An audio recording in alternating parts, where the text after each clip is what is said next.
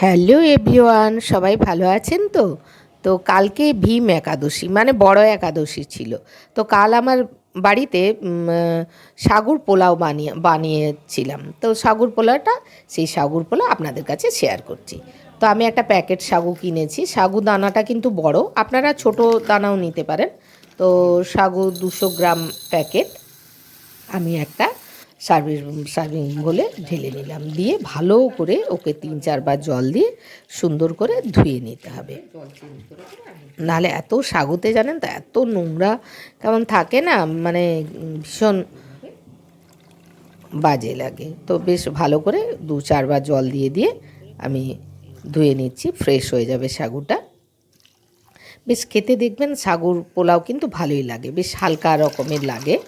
আর সাগুর পাঁপড়, সাগুর খিচুড়ি বিভিন্ন রকম খান, তো এটা একটা সাগুর পোলাও বেশ একটা অন্যরকম। বেশ পরিষ্কার করে দেখুন এদিকে ধোয়া হয়ে গেছে।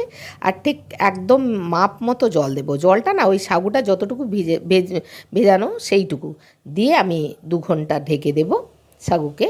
2 ঘন্টা পর ফিরে এলাম, দেখুন একদম ফ্রেশ হয়ে গেছে, জল একটু নেই, একদম শুকনো। এদিকে বড় বড় হয়ে ফুলে গেছে সাগুটা, আর একদম মানে সেদ্ধর মতন হয়েছে, একদম নরম। তো কি কি দেবো দেখুন, সবজি বাড়িতে যাই ছিল তাই। গাজর একটা গোটা ছোট ছোট করে কেটে দিয়েছি, বিনস একটু দিয়েছি, ফুলকপি দিয়েছি, আর কড়াইশুঁটি, ধনেপাতা আর কাঁচা লঙ্কা কিছুটা গোটা দিয়েছি, আর কিছুটা ছোট্ট ছোট্ট করে কেটে দিয়েছে। আর এদিকে দিয়েছি তেজপাতা, যদিও তেজপাতা দিতে ভুলে গেছি। আর 2টো গোটা লঙ্কা নিয়েছি, আর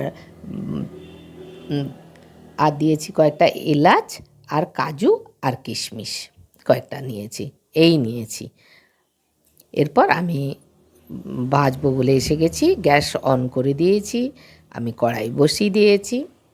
এরপর একাদশীতে অনেকেই দেখুন তেল খায় না, তো আমি সাদা তেল দিয়েও আপনারা করতে পারেন বা বাটার দিয়েও করতে পারেন। আমি একটু, আমার হাতের কাছে ঘি ছিল, ঘি দিয়েছি।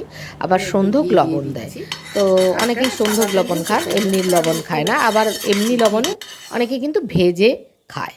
তো যাই হোক, আমি একটু ঘি দিয়ে দিয়েছি, ঘিটা গরম হয়ে গেছে। এরপর কিন্তু মিডিয়াম টু স্লো আছে আমি হালকা করে কাজু আর কিশমিশ একটু ভেজে নেব। প্রথমেই ভেজে নিচ্ছি কাজু আর কিশমিশ। আমি কিন্তু একটু হালকা করে ভাজি, কিন্তু হালকা করে ভাজলে একটা স্মেল খুব সুন্দর লাগে। আর অনেকেই আবার অবশ্য আবার একটু বেশি ভাজা খান, তো আমার একটু হালকা বেশ ভালোই লাগে। আমি হালকা আঁচে, একদম স্লো আঁচে সুন্দর করে আমি ঘি দিয়ে একটু ভেজে নিলাম।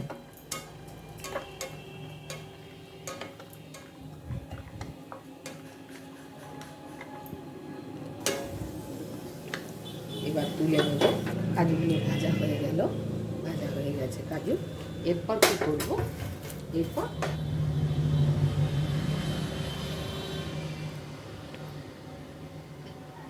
ভাজা কিন্তু হয়ে গেছে আমার।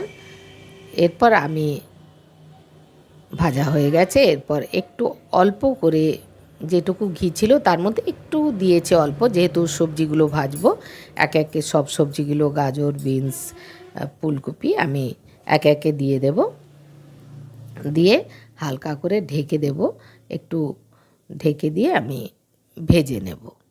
তো একটু নুন দিয়ে দেবো এতে, সবজিতে অল্প করে দিয়ে দিলাম নুন,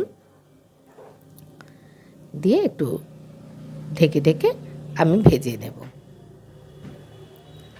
বিনসটা একটু শক্ত, তো যার জন্য একটু ঢেকে দিলে বেশ বিনসটা সেদ্ধ হয়ে যায়, বেশ ভালোই ভাজাটা হয়। ফুলকপি তো মোটামুটি ঢেকে ঢেকে হয়ে যায়, আর গাজরও তাই। বেশ ভাজাটা কিন্তু ভালো করেই করছি। এরপর কড়াইশুঁটিগুলো একটু শেষের দিকে, কড়াইশুঁটি আর আপনার কাঁচা লঙ্কা দিয়ে দিলাম, দিয়ে ঢেকে ঢেকে অল্প করে হালকা করে ভেজে নেব। কারণ দেখবেন কাঁচা লঙ্কা একটু হালকা করে ভাজলে ওর আলাদা একটা স্মেলও ওঠে, আর বেশ খেতেও ভীষণ ভালো লাগে।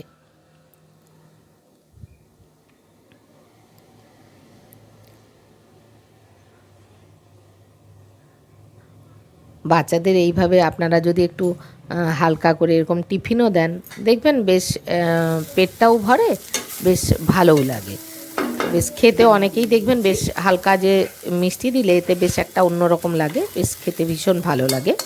আর এমনিতে দেখবেন সাগু অনেকেই খেতে চায় না, কিন্তু এইভাবে বেশ রান্না করলে খেতে দেখবেন পছন্দই করে।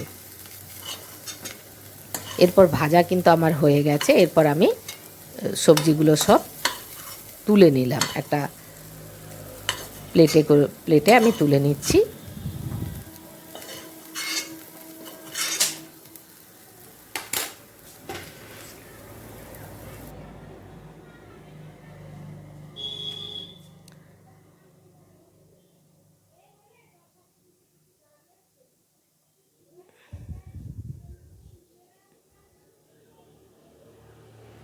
এরপর আমি কড়াইটা আর ধুলাম না, ওতেই আমি হালকা অল্প করে আমি ঘি দিয়ে দিলাম। ঘিটা গরমও হয়ে গেছে। এরপর দুটো যে গোটা শুকনো লঙ্কা রেখেছিলাম এই লঙ্কাটা দিয়ে দিলাম। এবার লঙ্কাটা একটু ভাজা ভাজা হয়ে গেলে চা চামচের হাফ চামচেরও একটু কম গোটা জিরে আমি ফোড়ন দেব। গোটা জিরে আমি ফোড়ন দিয়ে দিলাম। জিরেটা বেশ ভাজা ভাজা হয়ে এসছে, ভাজা ভাজা হবে। এরপর আমি কয়েকটা এলাচ দিয়ে দেবো। এলাচটা একটু থেতলেই দিয়েছি, এবার আপনারা এলাচ দিতেও পারেন, না দিতে পারেন। ভাজা ভাজা হয়ে গেছে। এরপর এর মধ্যে আমি কিন্তু ধীরে ধীরে যে সাগু ছিল সেই সাগুটা আমি এর মধ্যে দিয়ে দিলাম। দিয়ে হালকা করে 2-3 মিনিট আমি নাড়াচাড়া করে নেব, হালকাভাবে নাড়াচাড়া করে নেব।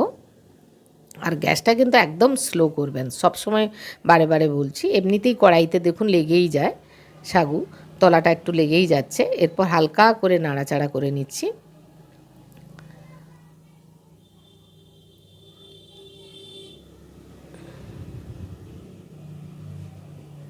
এরপর এতে একটু অল্প করে আমি একটু নুন দেব, অল্প করে একটু নুন আর চিনিটা দেখাতে আপনাদের ভুলে গেছি, একটু মিষ্টি দেব। দেখবেন বেশ চিনিটা দিলে না খেতে ভীষণ একটা মেজারমেন্ট নুন চিনি থাকে, তো বেশ সুন্দর লাগে। এবার আপনারা অপশনাল যদি না খান তো দেবেন না চিনি। এরপর ভাজা সবজিগুলো দিয়ে দিলাম। 2-3 মিনিট হালকা একদমভাবে আমি নাড়াচাড়া করে নেব। একদম দেখবেন আমার পোলাও রেডি হয়ে যাবে। বেশ হালকা দেখুন একদম ঝরঝরে পোলাও, খেতে কিন্তু বারে বারে বলছি আমার ভীষণ ভালো লেগেছে। আপনারাও করে দেখবেন বাড়িতে, একবার ট্রাই করবেন। ট্রাই করে আমাকে কমেন্ট বক্সে বলবেন যে কেমন হয়েছে। একদম পোলাও আমার রেডি হয়ে গেল। এরপর আমি একটু অল্প কাজু কিশমিশ যেটা ভাজা ছিল শেষের দিকে দিয়ে দিলাম। এরপর ধনেপাতা একটু শেষের দিকে আমি ধনেপাতা দিয়ে আমি নামিয়ে দেব।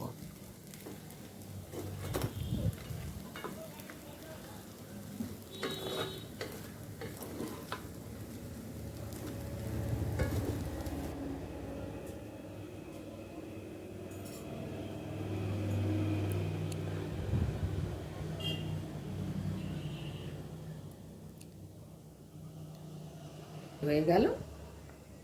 এবার একটু ধনেপাতা দিয়ে দিলাম। আমার পোলাও রেডি, সাগুর পোলাও একদম রেডি হয়ে গেল। এবার আমি একটা প্লেটে নামিয়ে নেব। হয়ে গেল, গ্যাসটা অফ করে দিলাম। পোলাও রেডি, সাগুর পোলাও। যদি আপনাদের ভালো লাগে আপনারা লাইক, শেয়ার, কমেন্ট করবেন।